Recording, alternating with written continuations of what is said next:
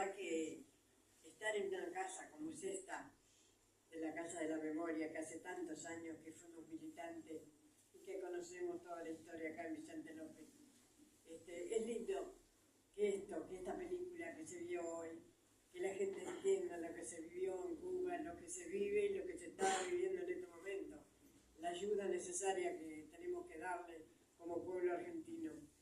Así que agradezco haber conocido a Cuba en el 2013. Fui con mi hija, recorrimos siete provincias, así, porque la verdad que un poco en bicicleta, un poco en auto, un poco con caballo, pero la recorrimos. Conocí el Comité Central de Cuba, que justamente ese día Fidel nos esperaba, y bueno, cuando íbamos llegando avisó que no nos podía recibir porque de urgencia le habían llamado de La Habana Vieja. Así que no pudimos verlo, pero bueno, re contenta de haber conocido a Cuba. Y ojalá pudiéramos volver, porque la verdad que hemos hecho amistades muy lindas, que nos comunicamos con médicos, con enfermeras, con gente, que la verdad que ir a Cuba es como nuestra casa. Así que apoyemos a Cuba, que en este momento necesita más que nada. ¡Viva Cuba! ¡Viva Cuba! ¡Viva! ¡Viva! Bueno, sigue Leonardo Baxter, que es encargado de negocios de la Embajada de Cuba en Argentina. Sí, bueno, buenas noches. Realmente es un placer estar acá. Siempre me emociona, ¿no? Cuando visito los sitios de la memoria, los que he podido conocer en distintos lugares de acá de la Argentina. Conversábamos con los compañeros antes de comenzar que en Cuba no tenemos lugares así, ¿no?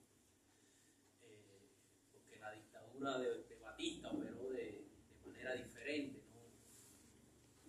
no hubo desaparecidos como tal esa figura, no la tuvimos porque básicamente mataba a los jóvenes y la lógica era otra, ¿no? Era ponerlo para que se viera y se conociera que estaban matando a los revolucionarios. Sí quedan algunas heridas de esa lucha, por ejemplo en el cuartel Moncada, que es hoy una escuela, pero sí están los disparos en la fachada y demás. Y me gusta, les decía, visitar sitios de la memoria acá en Argentina, porque realmente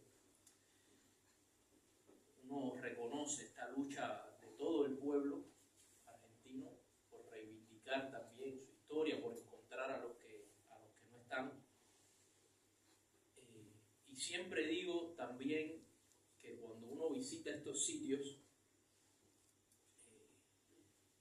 encuentra o le permite a uno desmontar ese viejo argumento de que la revolución cubana es el mal de todo el continente.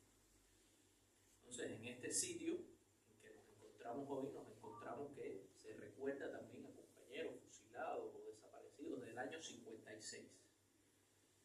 No había desembarcado el Granma en Cuba.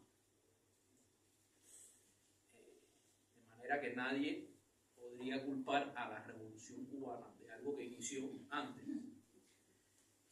Y en estos sitios uno descubre que cada pueblo tiene su historia propia, tiene también sus propias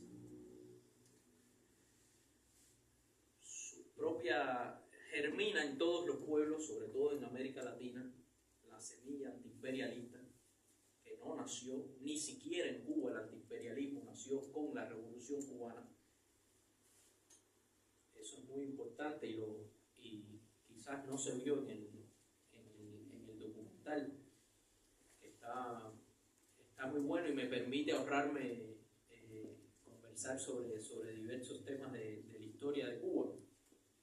Pero el primer antiimperialista, o quizás no el primero, pero quizás el que mejor por esa capacidad que tenía para escribir escribir y esa oratoria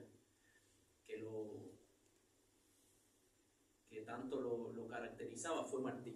Pero Maceo fue un gran antiimperialista también. Y hay mucho antiimperialismo en Argentina también.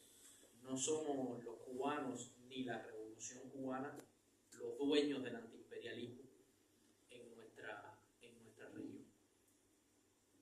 Cada pueblo tiene su propio camino y sus propios motivos para llegar al antiimperialismo. Del documental solo agregar que nuestra primera guerra de independencia, que ahí aparece como que inició en 1895, realmente empezó antes, fue en 1868, que igual fue una guerra muy tardía, porque de la revolución haitiana en 1805 a 1830 prácticamente nacen todas las repúblicas latinoamericanas, 1830. En el 68 es que empieza la primera guerra cubana, que tras más de 10 años, hasta el 78, fracasa. Hay después un impasse, y en el 95 es que comienza esta guerra organizada por Martín, que él calificó como la guerra necesaria. Y que es cierto que intervienen los norteamericanos, y también no aparece en el documental, pero hay que decir que para entrar a la ciudad de Santiago de Cuba, que es por donde primero entran al país, necesitaron de los mambises, o sea, del ejército cubano, porque eran los que conocían el terreno, y que después denigraron a esos propios mambises, no permitiéndoles desfilar por la ciudad. Y el documental también me permite ahorrarme de argumentos sobre por qué esta obsesión imperial de los Estados Unidos no tiene nada que ver, o tiene un poco, pero que no nace con la Revolución Cubana. Y como aparece desde 1823, aparece Jefferson, pero también está John Quincy Adams, que escribe la política de la fruta madura, en el propio año de la doctrina Monroe, 1823. Cuba es una fruta que cuando estén maduras las condiciones, va a caer del árbol. El árbol era la metrópoli española, va a caer del árbol y va a gravitar hasta convertirse en un estado más de la Unión. O sea,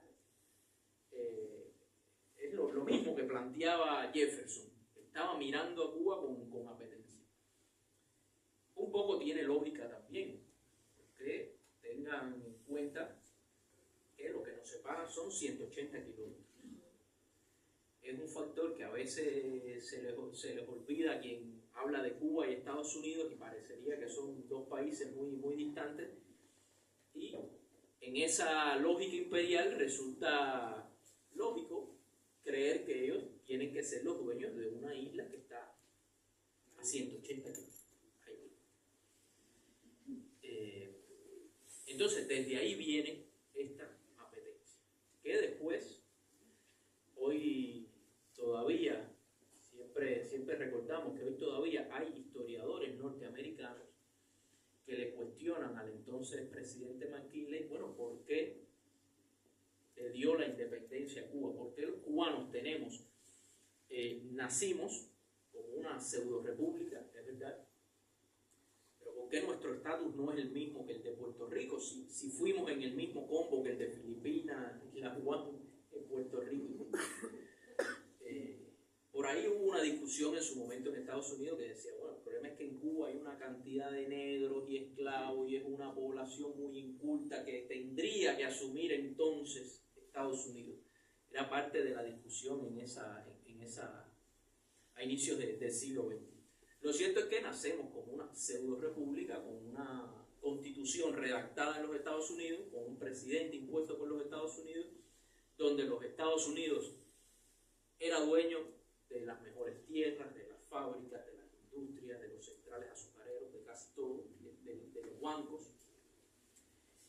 Y unido a esa constitución, una enmienda, la enmienda Plata, que nos lega hasta hoy el territorio ilegalmente ocupado de Guantánamo. Hasta hoy. Que también recordamos siempre que los norteamericanos no necesitan rodear con portaaviones a Cuba. Recordemos que ya están dentro de Cuba, en una base que ocupa un gran territorio. Nosotros siempre nos criamos escuchando hablar de la base, hasta que uno tiene los que han tenido, ¿no?, esa oportunidad, como fue en mi caso, pasar el servicio militar en la base de la frontera, o sea, el lado cubano de esa base. Y cuando uno llega ahí se da cuenta que es un gran territorio. Estamos hablando de la entrada de una doble bahía de Bolsa, donde además de las famosas cárceles, que no se ven desde el lado cubano, porque las escondieron bien detrás de unas montañas, tienen 2 aeropuertos. Imagínense qué territorio para necesitar 2 aeropuertos, sus campos de tiro, 4 aerogeneradores, por ejemplo. O sea, estamos hablando de un territorio importante que nos usurpan desde hace más de 120 años. Y también debemos decir que se llega al 59, pero que no fue la única revolución que se intentó en Cuba. Desde inicio del siglo empieza la oposición y el sentimiento antiimperialista en nuestro país. Tuvimos una revolución del 30, liderada sobre todo por muchos obreros, por intelectuales también, que lamentablemente fracasó, pero que fueron madurando las condiciones hasta llegar a esa generación que se autodenominó la generación del centenario, porque precisamente en el 53 se conmemoraba, en 1953 se conmemoraba el centenario del nacimiento de José Martí. Y eso explica por qué cuando apresan a los asaltantes de Moncada y le preguntan a Fidel quién era el ideólogo o el organizador del asalto, les digo que era Martí. El ideólogo y el organizador del asalto al cuartel Moncada. Y sí, triunfa la revolución y lógicamente se polariza o se profundiza o se radicaliza esta contradicción histórica de los Estados Unidos con Cuba. Pero como bien refleja el documental, siempre fue Estados Unidos el que asumió la posición agresiva. O sea, siempre las acciones que fue tomando Cuba, el gobierno revolucionario, obedecían a una medida anterior de los Estados Unidos. La suspensión de la cuota azucarera, la negativa a vender combustible petróleo a Cuba, después a refinar el petróleo que, si no nos lo vendía Estados Unidos, ¿quién nos vende combustible? La Unión Soviética en ese momento. Lo hubiéramos comprado en cualquier otro lugar. Como mismo los primeros armamentos que empieza a comprar Cuba tras el triunfo de la revolución para defenderse no fueron soviéticos. Que no eran soviéticos, el armamento de la Cubre era belga. Cuba empieza a insertarse en el mundo de la manera en que la dejan ser, con aquellos con los que querían comerciar con Cuba. Por eso decimos también que la revolución es la que ha podido ser, la que nos han dejado ser, no la que hubiera querido ser. Hay que entender eso también para aquellos que a veces, catadores de revoluciones, quieren decirle a Cuba, bueno, tal cambio no fue lo suficientemente profundo, o se cometieron errores aquí y allá. Errores cometimos miles y los seguiremos cometiendo, como se equivocan, como hay a veces decisiones erradas en los procesos. Esa fue la revolución que construyó esa generación, con luces y sombras, pero decía Martí, los desagradecidos mirarán más las sombras que las luces. Y la supervivencia de la revolución, Alberto decía que se explica por 2 palabras, ¿no? Fidel hubiera dicho que se explica por 2 palabras, pero que no era su nombre, sino por el pueblo. Porque también para los que auguraban pensaban o que llevan más de 60 años augurando el fin de la revolución, y que pensaban que con la muerte de Fidel todo se iba a pique. Este año estamos conmemorando el centenario de Fidel y el 10º aniversario de su fallecimiento, y la revolución está ahí. Con defectos y virtudes, repito.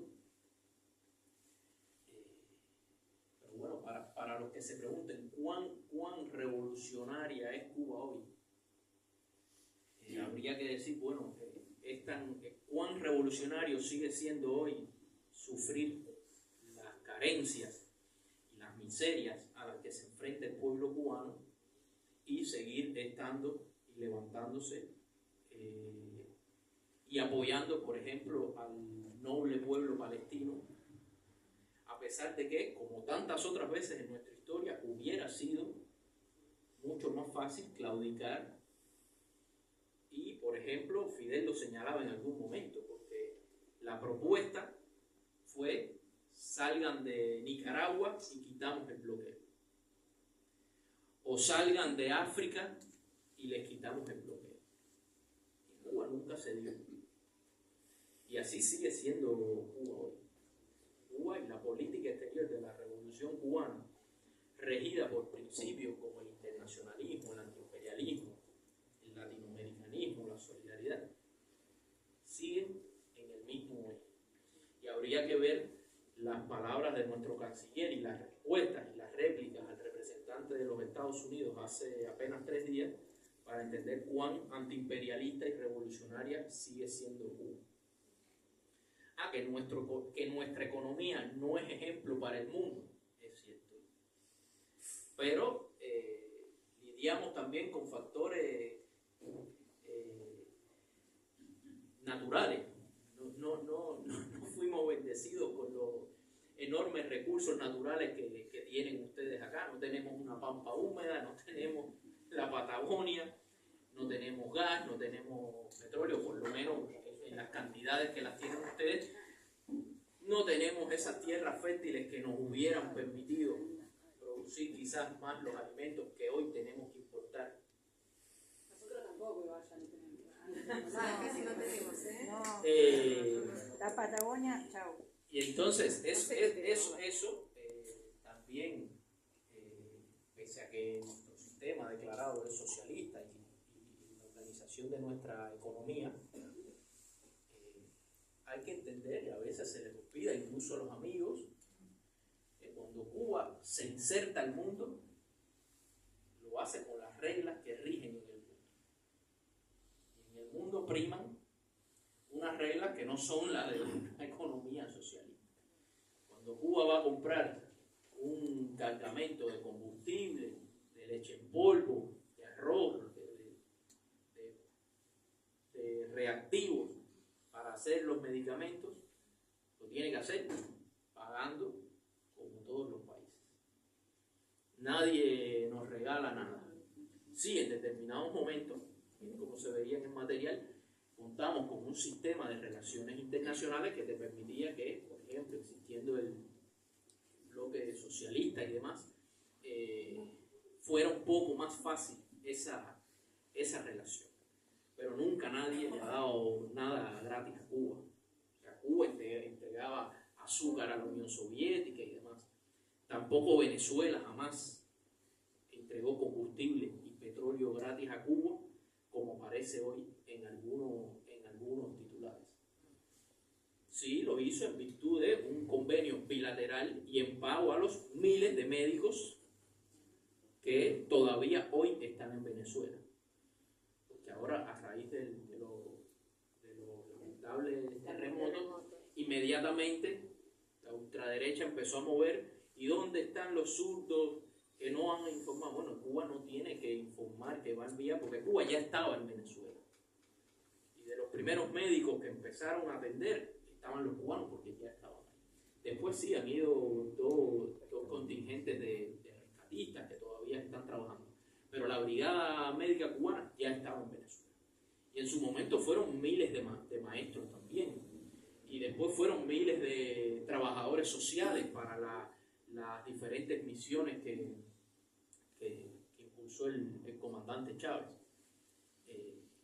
Y a cambio de esos servicios que tienen un costo en cualquier lugar del mundo, porque de nuevo, siempre decimos, no nos quitamos lo que nos sobra, sino que compartimos lo poco que tenemos. No sobran maestros ni médicos en Cuba, nunca han sobrado. Cuando hay un médico cubano que se pasa 2 años en Venezuela o en Brasil atendiendo, es un médico que un cubano no tiene en el consultorio médico de la esquina de su casa el tiempo que ese médico esté fuera. Entonces uno se empieza a atender en otro CESAC, como acá. Se empieza a atender en otro CESAC hasta que ese médico regresa de cumplir su misión. Ahora, ¿por qué hemos sido así solidarios? ¿Por qué lo seguimos siendo?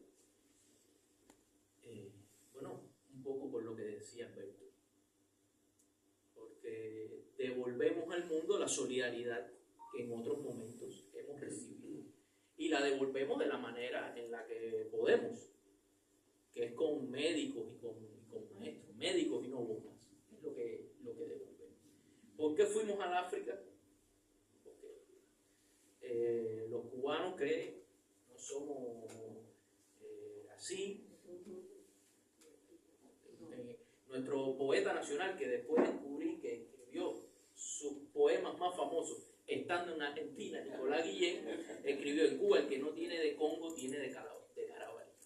En Cuba no somos blancos, no, somos una mezcla.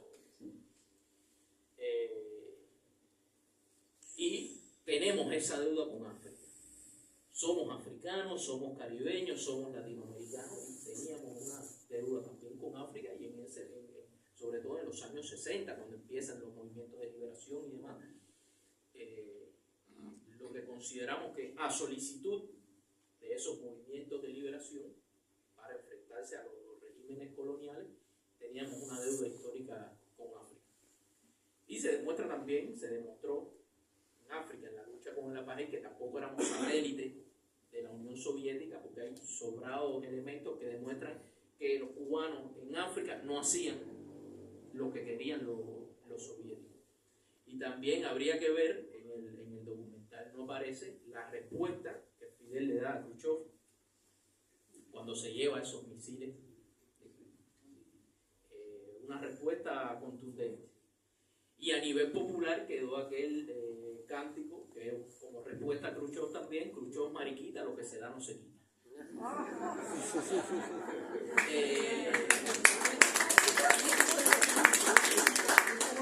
De manera que nosotros está sobradamente demostrado que si algo somos a partir de 1959 es independiente y soberano.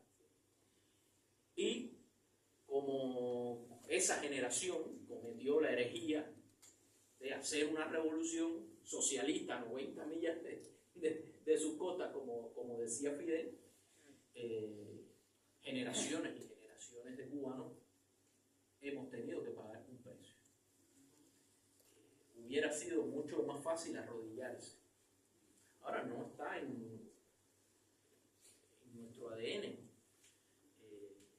la historia, aunque siempre hubo, como hay en todas las patrias latinoamericanas, su cipayismo. Siempre hubo sus cipayos.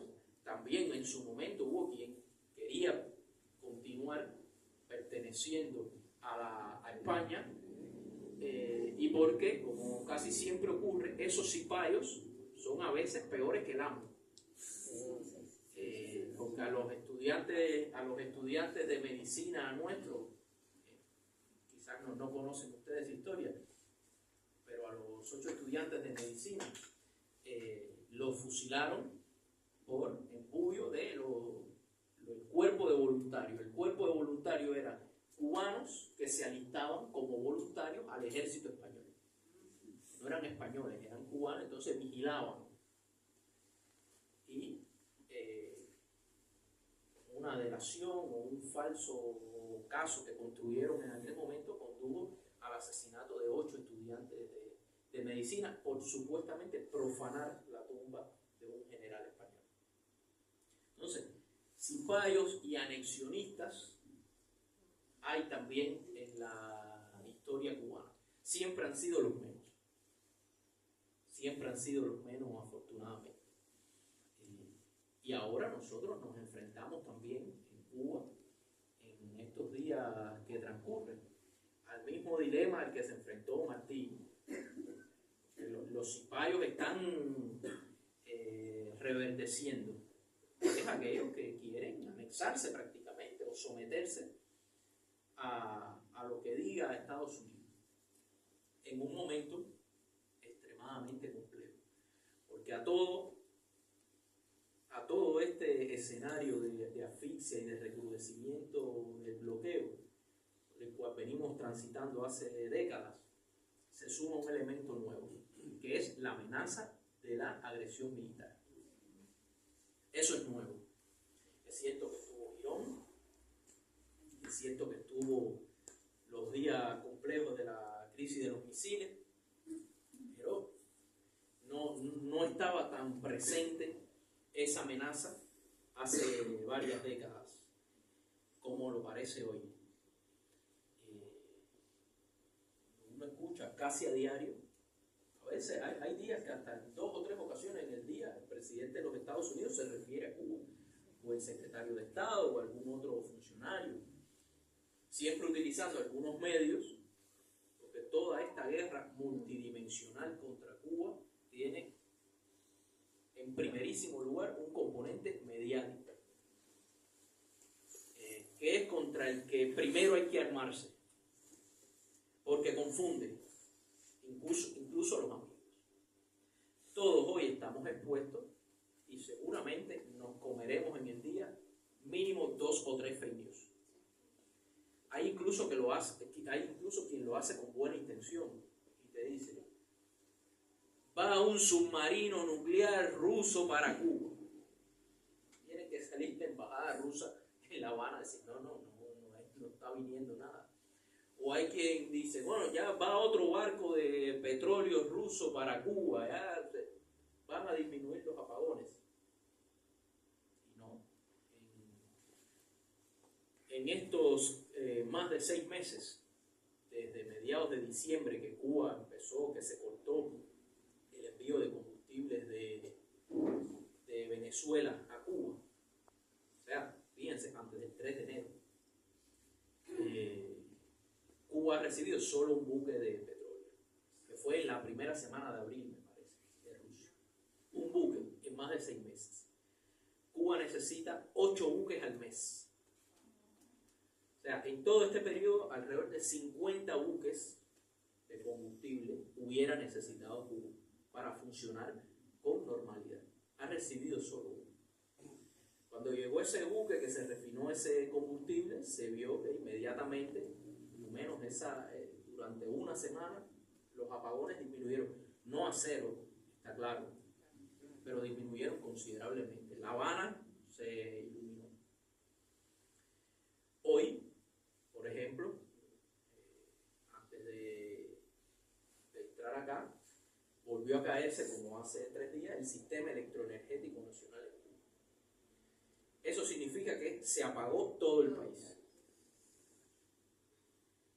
El sistema electroenergético lo conforman grandes plantas termoeléctricas, de las cuales no crean ustedes que no funcionan porque son soviéticas, ¿no? Nosotros actualizamos la mayoría de esas plantas y tenemos tecnología checa, alemana, japonesa, y la más grande del país que aparece en el documental, esas chimeneas casi al final. Esa es la central que está a la entrada de la bahía de Matanzas, La Guiteras. La Guiteras la construyó una empresa francesa. Y durante por lo menos 2 décadas suministró a Cuba piezas de repuesto, asesoraban ingenieros franceses a los ingenieros cubanos, iban para hacer los mantenimientos programados. Bueno, en el 2015, con el gobierno de Obama, también hay que tener en cuenta que, pese a todo ese proceso de normalización de las relaciones, Obama fue un estricto cumplidor del bloqueo. Las multas más altas a bancos europeos las impuso Obama, al BNP Paribas, al Crédit Agricole, al Commerzbank alemán, y le orientó a la General Electric que comprara una empresa francesa que ni le interesaba a la General Electric, no estaba en su modelo de negocio, pero que la comprara. ¿Para qué? Para cortar inmediatamente esa relación, porque la ITER es, por su tamaño y por lo que aporta al sistema electroenergético nacional, el corazón del sistema electroenergético nacional. Entonces, cuando uno lleva tantos meses funcionando con falta de combustible, con termoeléctricas que hoy tú no puedes reponerle como antes esa pieza nueva. Entonces, nuestros ingenieros, uno a veces no sabe cómo hacen. Uno escucha, los cubanos nos hemos hecho expertos y uno escucha que se rompió la excitatriz de la litera. Nos aprendemos un lenguaje y una pitera en la caldera, nos hacemos ingenieros también termoeléctricos. Uno no sabe cómo hacen, pero lo tienen que hacer. Entonces, no hay la posibilidad de poner la pieza nueva, hay que remendarla. Y la remienda para ponerla a funcionar con un petróleo que no es un petróleo de calidad. El petróleo que usamos en Cuba para generar cerca del 40% de la electricidad es un petróleo de mala calidad, muy espeso, dicen, ¿no? O sea, si lo vertemos acá, no cae, con mucho azufre, entonces más corrosivo y el desgaste que generan los metales en esas grandes calderas y demás es mayor. Con un petróleo de mejor calidad, con mantenimientos programados, con la posibilidad de poner piezas nuevas, la situación fuera otra. Pero está el sistema funcionando con todos estos, con una demanda también cada día en el país mayor a la generación de electricidad, porque también algo que siempre digo, es paradójico que la gente en Cuba no abandona su esperanza y sus proyectos de mejorar su calidad de vida. Suena paradójico, pero hoy una cocina cubana media, hay quien está por encima, hay mucha gente que está por debajo, pero una cocina cubana media tiene tantos o más electrodomésticos que los que puedan tener ustedes en su casa. Se los puedo asegurar. Usted va a una cocina cubana y hay, ustedes le dicen heladera, alguna nevera pequeña ahora, microwave, cocina eléctrica, freidora de aire, sándwich, eso en una cocina cubana. Ojo, sí, pero freidora de aire. Ojo, consumimos mucha cultura yanqui también nosotros. Estamos de nuevo a 180 kilómetros y Martí hizo esa guerra de 1895 recaudando fondos de los tabaqueros cubanos que vivían en Tampa, en la Florida. Y aún así, esa cultura yanqui, eso trae sus riesgos también, por supuesto, pero nunca ha sometido a la cultura cubana. Nos mandan jazz y le devolvemos Latin jazz.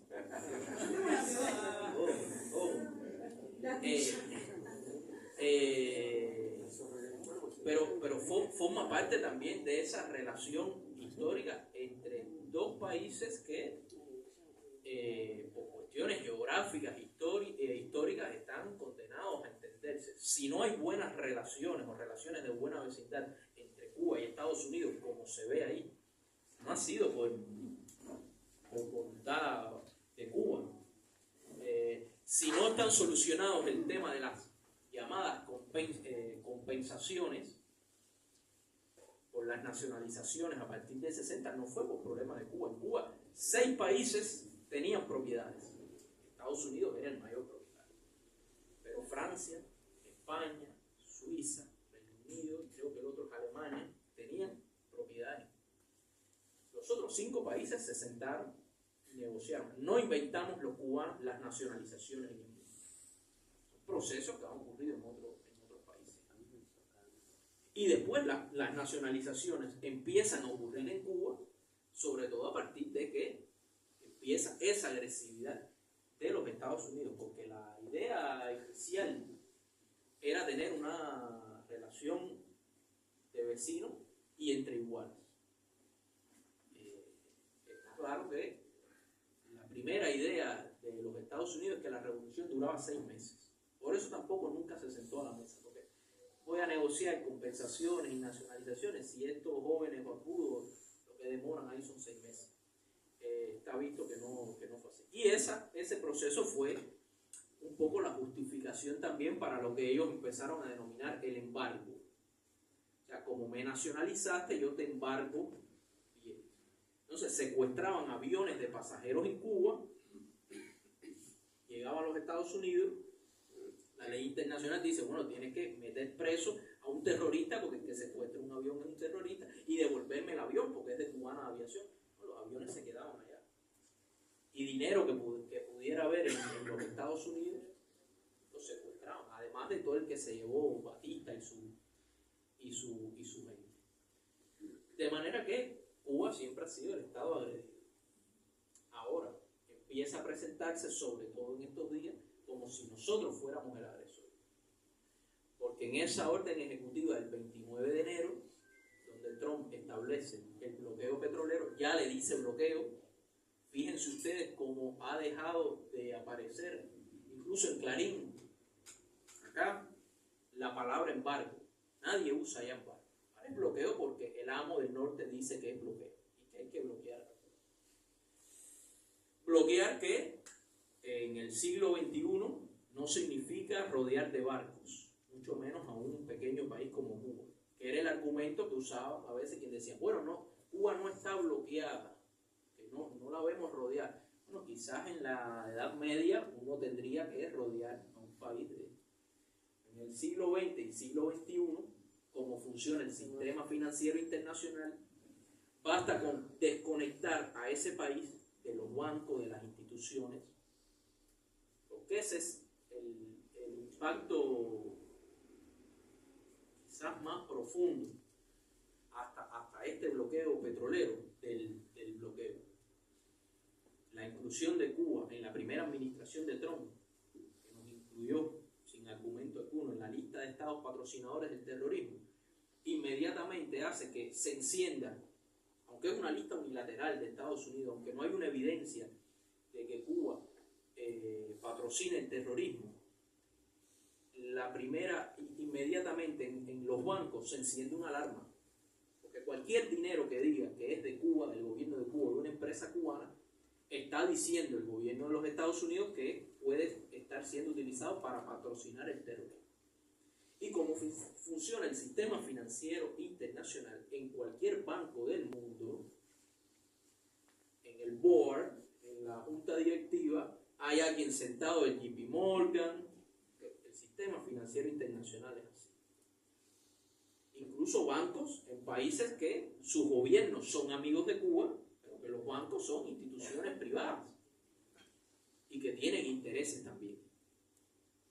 Entonces, se desconecta Cuba y Cuba a veces va a comprar al mercado algo y teniendo el dinero no encuentra a través de qué banco pagar.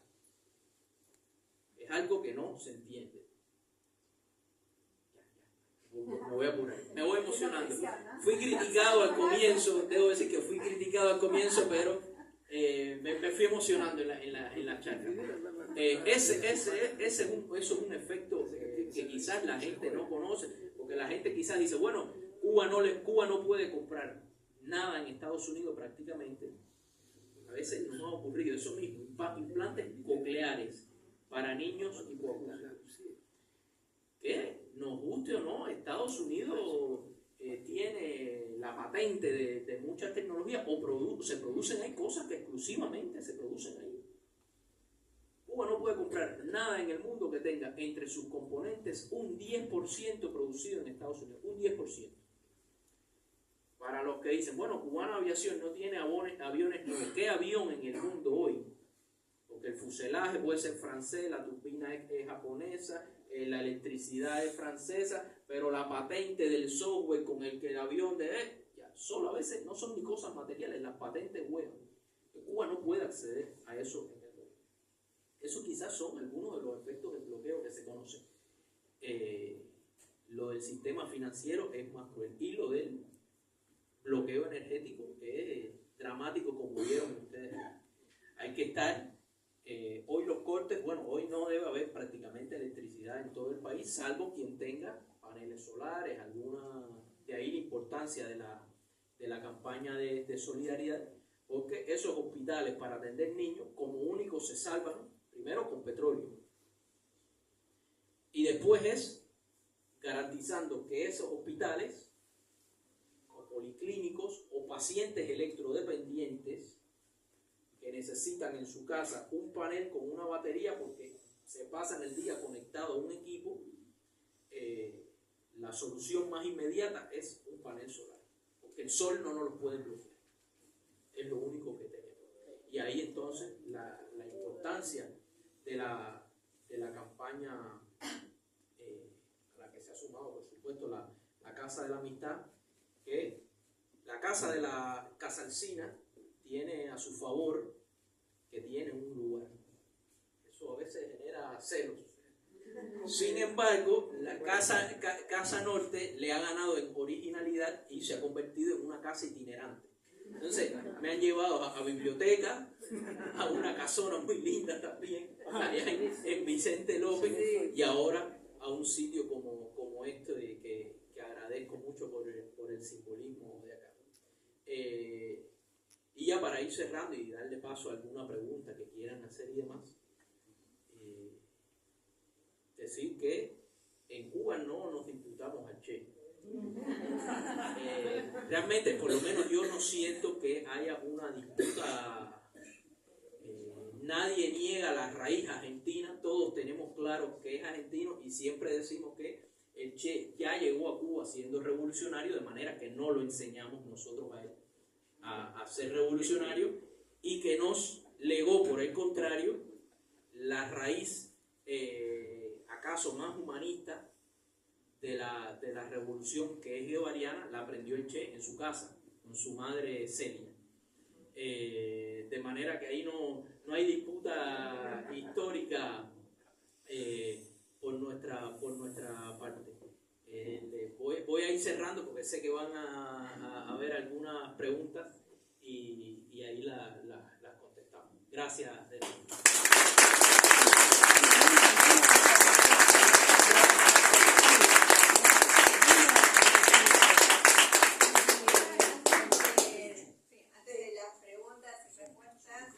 Hacemos un pequeño intervalo, y la compañera va a contarles sobre las actividades